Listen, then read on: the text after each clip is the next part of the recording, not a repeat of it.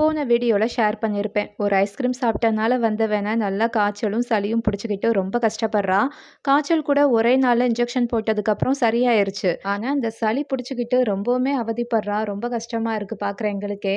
ஒரு வாரம் ஆயிருச்சு, இன்னும் ரெக்கவர் ஆகவே இல்லை. ஒரு பக்கம் ஹாஸ்பிட்டலில் போய் இன்ஜெக்ஷன் டேப்லெட் அந்த மாதிரி போட்டாலுமே காலையில் ஹோம் ரெமடியாக வந்து இந்த கற்பூரவள்ளி இலையை தான் இடிச்சு இடிச்சு எம்டி ஸ்டொமக்கில் நான் ஊற்றி விடுறேன். சளி பிடிக்கிற நேரத்தில பாடி அப்படியே டயர்டா இருக்கிற மாரி தான் ஃபீல் ஆகும். எங்க பாப்பாவுமே அப்படிதான் சொல்லிக்கிட்டு இருக்கா. அந்த மாரி நேரத்தில இந்த மாரி கொள்ளு ரசம் வச்சு குடுத்தோம் அப்படின்னா, நல்லா ரெக்கவர் பண்ணி குடுக்கும். சாட்டர்டேனால ஸ்கூலுமே லீவு தான். அதனால வந்து இன்னைக்கு காலையிலே வந்து பிரேக்ஃபாஸ்ட்டு, லஞ்சுக்கு 2ம் சேர்த்து வந்து நான் கொள்ளு ரசம் வச்சுட்டு கொள்ளு பருப்பு கடையில தான் ரெடி பண்ணிட்டு இருக்கேன். இந்த கொள்ளு ரசம் ஆல்ரெடி நம்ம சேனல்ல வந்து இன்ஸ்டன்ட்டா எப்படி பண்ணுறதுன்னு போஸ்ட் பண்ணியிருக்கேன். ஆனா, இன்னைக்கு வந்து பயறு வேக போட்டு அந்த தண்ணிய இருத்து அதிலருந்து பண்ணுறது. இத நான் நெக்ஸ்ட் வீடியோல வந்து போஸ்ட் பண்றேங்க.